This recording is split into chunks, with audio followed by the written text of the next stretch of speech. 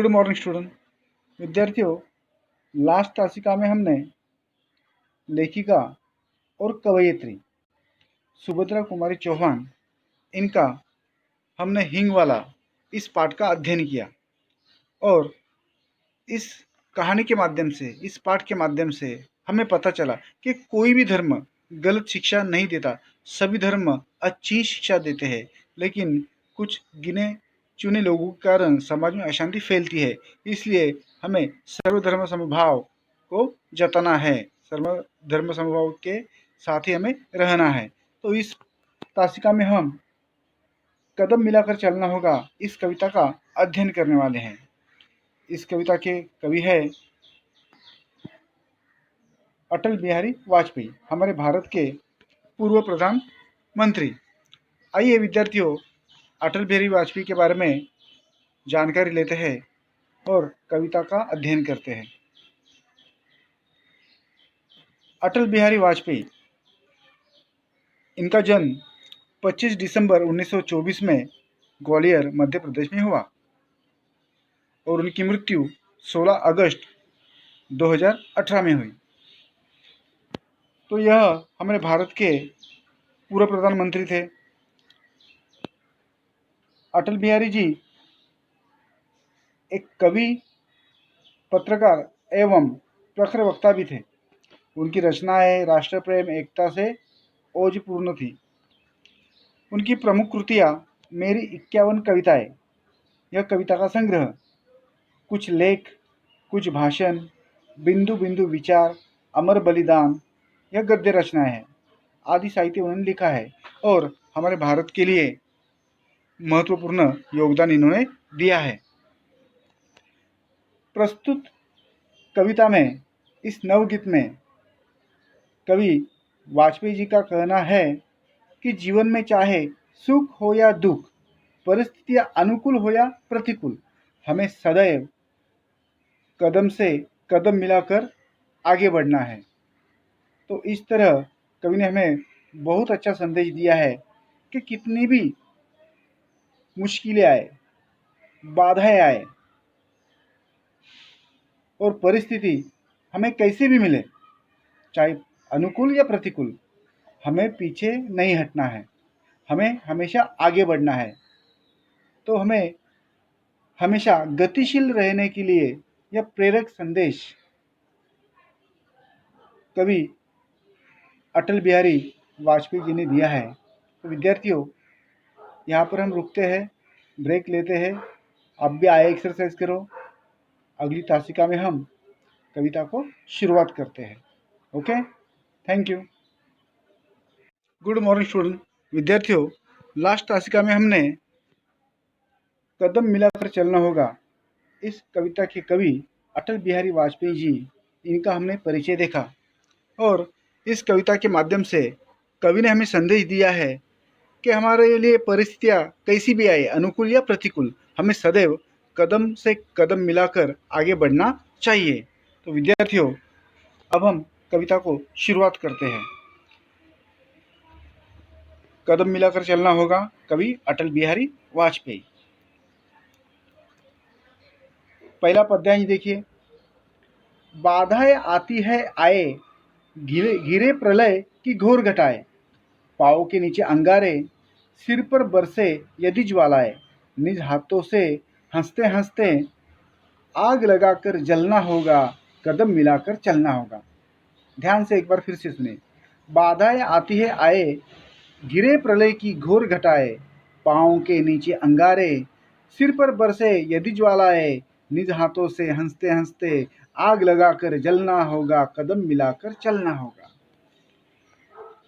तो विद्यार्थियों, कवि ने कहा है कि कवि कहते हैं कि जीवन में तरह तरह की अड़चनें और रुकावटें आती रहती है। बाधाएं अर्थात अड़चनें, रुकावटें। इन रुकावटों से हमें डरना नहीं चाहिए। तो कवि कहते हैं हमें इन रुकावटों से हमें डरना नहीं चाहिए, हमें इनकी परवाह न करके इनका सामना करना चाहिए। बाधाएं आती है आए, घिरे प्रलय की घोर घटाए, पाँव के नीचे अंगारे। तो कवि कहते हैं कि इनका इनका हमें सामना करना चाहिए। वे कहते हैं कि बाधाएं आती है तो उन्हें आने दो, भले प्रलय की आशंका हो। प्रलय, विनाश, संहार। तो प्रलय की आशंका ही क्यों न हो, हमारे मार्ग में आग के अंगारे ही क्यों न हो, हमारे मार्ग में अंगारे ही क्यों न बिछे, पाँव के नीचे अंगारे और सिर पर बरसे यदि ज्वालाएं, तो चारों ओर से विपत्तियां ने घेर क्यों रखा हो, हमें चारों ओर से विपत्तियों ने घेर क्यों न रखा हो, पर इन्हें हमें इनकी परवाह न करके इन कठिन परिस्थितियों से तब कर अपने आप को निखारना होगा। ज्वाला, आग की लपट, हास्य, हंसी। ओके, तो इस तरह तो कवि कहते हैं कि बाधाएं आती है आए, घिरे प्रलय की घोर घटाए, पाँव के नीचे अंगारे, सिर पर बरसे यदि ज्वालाए, निज हाथों में हंसते हंसते। हाँ, तो निज हाथों में हंसते हंसते आग लगाकर जलना होगा, कदम मिलाकर चलना होगा। इसके शब्दार्थ यहाँ पर दिए हुए हैं। बाधाएं अर्थात अड़चने, रुकावटें। घिरना, छा जाना, मतलब बादल घिर जाते हैं ना आकाश में, इस तरह, या आच्छादित करना। प्रलय, विनाश, संहार, घोर, भयानक। ज्वाला, आग की लपट। तो इस तरह कवि कहते हैं कि बाधाएं आती है आए, घिरे प्रलय की घोर घटाए, पाँव के नीचे अंगारे, सिर पर बरसे यदि ज्वालाए, निज हाथों में हंसते हंसते आग लगाकर जलना होगा, कदम मिलाकर चलना होगा। तो इस तरह कवि कहते हैं इस पद्यांश के माध्यम से कि जीवन में तरह तरह की अड़चनें और रुकावटें आती रहती है। इन रुकावटों से हमें डरना नहीं चाहिए, हमें इनकी परवाह न करके इनका सामना करना चाहिए। वे कहते हैं कि बाधाएं आती है तो उन्हें आने दो, भले प्रलय की आशंका ही क्यों न हो, हमारे मार्ग में आग के अंगारे ही क्यों न बिछे, चारों ओर से विपत्तियों ने घेर क्यों न रखा हो, पर हमें इनकी परवाह न करके, बिल्कुल इनसे न डर के, हाँ, उनसे डरना नहीं, कुछ भय मन में नहीं रखना है, बिना डर के इन कठिन परिस्थितियों में, इस संकट भरी स्थिति में हमें तब कर हमें क्या करना है, उनका सामना करना है। हाँ, हमें निखरना है, हमें सदा कदम मिलाकर आगे बढ़ते रहना है। तो हमेशा हमें कितना भी संकट क्यों ना है, हमें हमेशा आगे बढ़ना है, आगे बढ़ना है, आगे बढ़ते ही रहना है। तो इस तरह इस पद्यांश में कवि अटल बिहारी वाजपेयी जी ने हमें स्पष्ट रूप से कहा है कि कितनी भी बाधाएं आए, कितने भी हम संकट में हो, घोर प्रलय आए, चारों ओर घोर घटाई छा जाए, भयंकर तूफान आ जाए, कुछ भी हो जाए, ज्वालाएं क्यों ना आ जाए हमारे सर के ऊपर, हमारे रास्ते में, हाँ, पाँव के नीचे अंगारे क्यों ना आ जाए, लेकिन हमें हमेशा क्या करना है, इस कठिन परिस्थितियों में तब कर हमें आगे बढ़ना है, कदम मिलाकर चलना है। तो विद्यार्थियों, इस पद्यांश को हमने यहाँ पे अध्ययन किया है। यहाँ पर हम रुकते हैं, ब्रेक लेते हैं, रेस्ट लेते हैं। आप भी आइए एक्सरसाइज करो, अगली तासिका में अगले पद्यांश के बारे में जानकारी लेंगे। यहाँ पर शब्दार्थ दिए हुए हैं, एक बार फिर से आप देख लो, इसके अर्थ आपके नोटबुक में लिख लीजिए। Okay, thank you. Good morning student. विद्यार्थियों, लास्ट तासिका में हमने कवि अटल बिहारी वाजपेयी, इनकी कविता कदम मिलाकर चलना होगा, इसका पहला पद्यांश हमने देखा। कवि ने कहा है पद्यांश में कि बाधाएं कितनी भी आए, कितना घोर प्रलय क्यों ना आए, लेकिन फिर भी हमें क्या करना है, आगे आगे चलना है, कदम मिलाकर चलना है।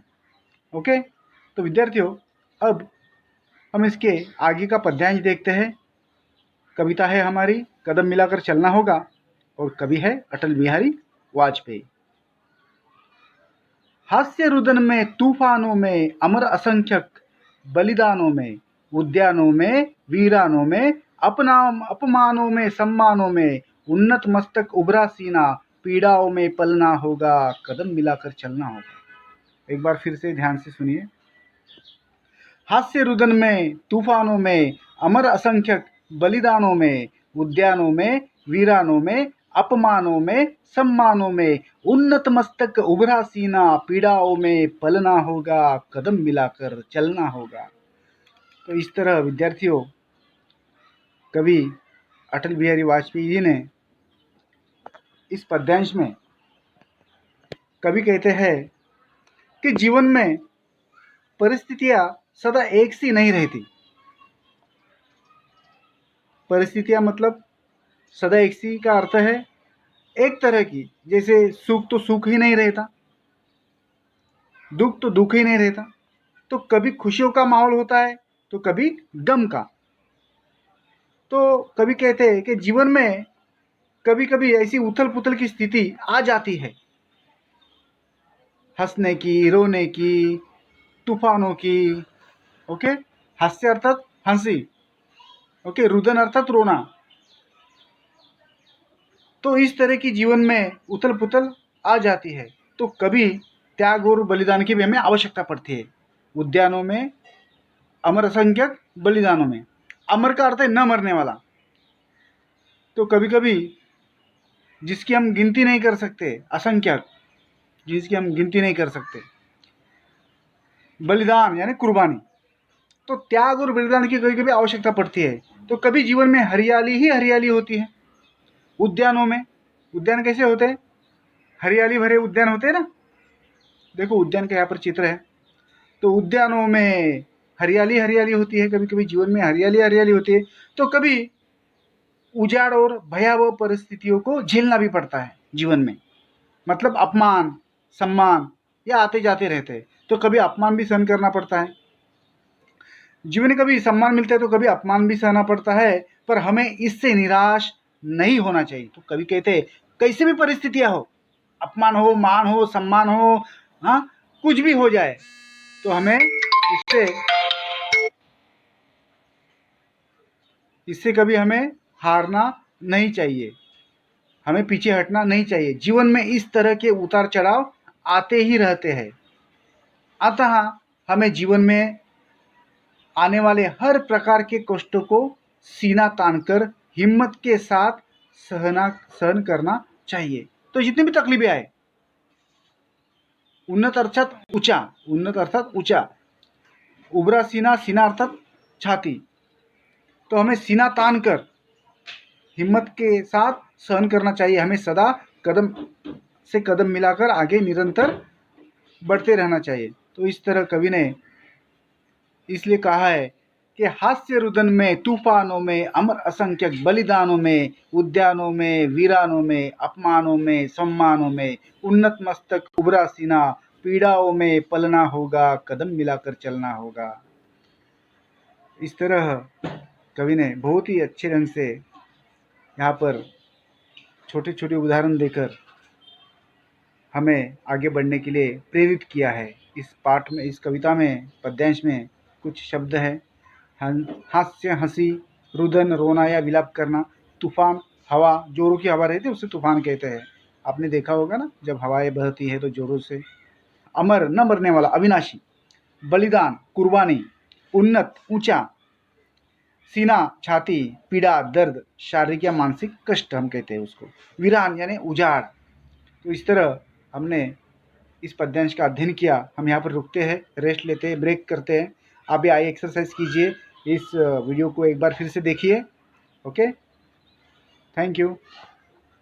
Good morning student. विद्यार्थियों, लास्ट तासिका में हमने देखा कि कवि ने हमें कहा है कि परिस्थितियाँ सदा एक जैसी नहीं रहती। कभी खुशी रहती है अपने जीवन में तो कभी हमारे जीवन में गम रहता है।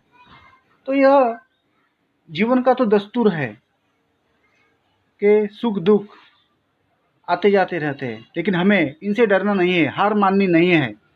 हमें सीना तान कर इन सारे संकटों को, कष्टों को झेलना है और कदम मिलाकर आगे चलना है। तो आइए विद्यार्थियों, अब अगले पद्यांश का अध्ययन करते हैं। हमारी कविता है कदम मिलाकर चलना होगा, कवि अटल बिहारी वाजपेयी। उजियारे में, अंधकार में, कल कछार में, बीच धार में, घोर घृणा में, पुत प्यार में, क्षणिक जीत में, दीर्घ हार में, जीवन के शत शत आकर्षक अरमानों को दलना होगा, कदम मिलाकर चलना होगा। एक बार फिर से सुनिए पद्यांश को। उजियारे में अंधकार में, कल कछार में, बीच धार में, घोर घृणा में, पुत प्यार में, क्षणिक जित में, दीर्घ हार में, जीवन के शत शत आकर्षक अरमानों को दलना होगा, कदम मिलाकर चलना होगा। तो विद्यार्थियों, इस पद्यांश में कवि ने कहा है जीवन में कभी उजाला होता है यानी सुख समृद्धि। उजियारा मतलब उजाला, प्रकाश, अंधकार मतलब अंधेरा। तो जीवन में कभी उजाला होता है तो कभी अंधेरा होता है, सुख समृद्धि होती है, दुख भी होता है। तो सुख समृद्धि का समय होता है तो कभी अंधेरा यानी दुख दर्द का समय होता है। कभी जीवन नदी के कछार की भांति, जीवन कभी नदी की कछार की भांति, नदी का तट, ओके, जो निचली जमीन होती है ना उस तरह शांत होता है। तो कभी वह बीच की धारा की भांति उथल पुथल मचाने वाला होता है। नदी की बीच की धारा कैसी होती है? उथल पुथल मचाने वाली होती है ना, जो बहती है इस तरह। तो कभी बीच धारा में होता है। कभी घृणा जैसा अपमान सहन करना पड़ता है। तो कभी घृणा यानी नफरत, किसी का गुस्सा भी सहन करना पड़ता है, अपमान भी सहन करना पड़ता है, नफरत भी सहन करनी पड़ती है। तो घोर घृणा में अपमान सहन करना पड़ता है। तो कभी पवित्र प्यार भी मिलता है। कभी क्या मिलता है? पूत प्यार, पवित्र, पूत अर्थात पवित्र, प्रेम, स्नेह, माया, अपनापन। तो कभी कभी जैसे घृणा सहन करनी पड़ती है, नफरत सहन करनी पड़ती है, तो कभी कभी हमें बहुत सारा प्यार मिलता है। कभी कभी आप मम्मी पापा की डांट खाते हो क्या? नहीं, लेकिन मम्मी पापा आपको प्यार भी करते हैं। तो इस तरह घोर घृणा में, पुत प्यार में, क्षणिक जीत में, दीर्घ हार में। तो कभी कभी जीत के क्षणिक आनंद का सुख भोगने का भी अवसर हमें मिलता है, वो क्षण भी हमें मिलता है। तो कभी हार यानी असफलता का दीर्घकालीन संताप भोगना पड़ता है। तो कभी कभी हमें जीत भी होती है, कभी कभी हमारी हार भी होती है। तो क्षणिक जीत में, दीर्घ हार में जीवन के शत शत आकर्षक अरमानों को दलना होगा। तो इसलिए कभी कहते हैं कि हमें परवाह नहीं करनी चाहिए। हमें क्या करना चाहिए? इनकी परवाह नहीं करनी चाहिए। अरमान, अरमान यानी हमारी लालसा। तो इस तरह हमें इनकी कभी परवाह नहीं करनी चाहिए। इसके लिए हमें अपनी अनेक लालसा और अभिलाषाओं को, हमारी लालसाओं को और अभिलाषाओं को क्या करना होगा? गला घोटना होगा। क्यों? क्योंकि हमें क्या करना है? आगे बढ़ना है, इनकी परवाह नहीं करनी है। कितना भी हमारा अपमान हो, क्षणिक सुख हो, दीर्घ हार हो, कुछ भी हो, तो हमें हमारे अरमानों को पूरा करना है। इसके लिए इन सारी चीज़ों को, इन लालसाओं को हमें क्या करना है? कुचलना है, दलना है, इनका गला घोटना है। और इसका गला घोट के इस कष्ट को सहन करके हमें आगे बढ़ना है। अरमानों को दलना होगा, कदम मिलाकर चलना होगा। इस तरह कभी कहते हैं कि उजाला हो चाहे अंधेरा हो, हमें हमेशा क्या करना है? आगे बढ़ना है। कल कछार में, बीच धार में, घोर घृणा में, पुत प्यार में, क्षणिक सुख हो या दीर्घ हार में जीवन के शत शत आकर्षक अरमानों को दलना होगा, कदम मिलाकर चलना होगा। तो इस तरह कवि ने हमें किसी भी प्रकार की लालसा या अभिलाषा को न रखकर सिर्फ हमें आगे बढ़ने के लिए उन्होंने प्रेरित किया है। फिर इसके लिए हमें चाहे जीत मिले चाहे हार मिले। ओके, तो आइए विद्यार्थियों, इस पर जो कुछ शब्द है इसका अध्ययन करते हैं। जैसे उजाला, उजाला, कछार नदी का तट और नीची जमीन की घाटी, धार, धारा, कल, बगल, पार्श्व, घोर, अत्यधिक, घृणा, घिन या नफरत, पुत, पवित्र, क्षणिक, बहुत कम समय की, दीर्घ, लंबे समय की, और अरमान, लालसा या अभिलाषा, दलना, कुचलना। तो विद्यार्थियों, हमने ये पद्यांश देखा। अब यहाँ पर हम रुकते हैं, ब्रेक लेते हैं, रेस्ट कीजिए आप भी और आई एक्सरसाइज कीजिए। अगली तासिका में हम कविता का अंतिम पद्यांश का अध्ययन करेंगे। Okay, thank you. Good morning student. विद्यार्थियों, लास्ट तासिका में हमने देखा कि कवि कहते हैं जीवन में कभी उजाला होता है तो कभी अंधियारा, अर्थात सुख समृद्धि होती है तो कभी कष्ट भी हमें मिलते हैं, लेकिन फिर भी हमें इनसे डरना नहीं है। हंसते हंसते हमें आगे बढ़ना है, चाहे जीवन में कितनी भी बाधाएं आए। हाँ, तो विद्यार्थियों, अब हम इस तासिका में कविता का अंतिम पद्यांश का अध्ययन करते हैं। तो हमारी कविता है, कदम मिलाकर चलना होगा, कवि अटल बिहारी वाजपेयी। पद्यांश को पढ़ लेते हैं विद्यार्थियों। सम्मुख फैला अगर ध्येय पथ, प्रगति चिरंतन कैसा इति अब, सुस्मित हर्षित कैसा श्रमश्लत, असफल सफल समान मनोरथ, सब कुछ देकर कुछ न मांगते, पावस बनकर ढलना होगा, कदम मिलाकर चलना होगा। एक बार फिर से सुनिए। सम्मुख फैला अगर ध्येय पथ, प्रगति चिरंतन कैसा इति अब, सुस्मित हर्षित कैसा श्रमश्लत, असफल सफल समान मनोरथ, सब कुछ देकर कुछ न मांगते, पावस बनकर ढलना होगा, कदम मिलाकर चलना होगा।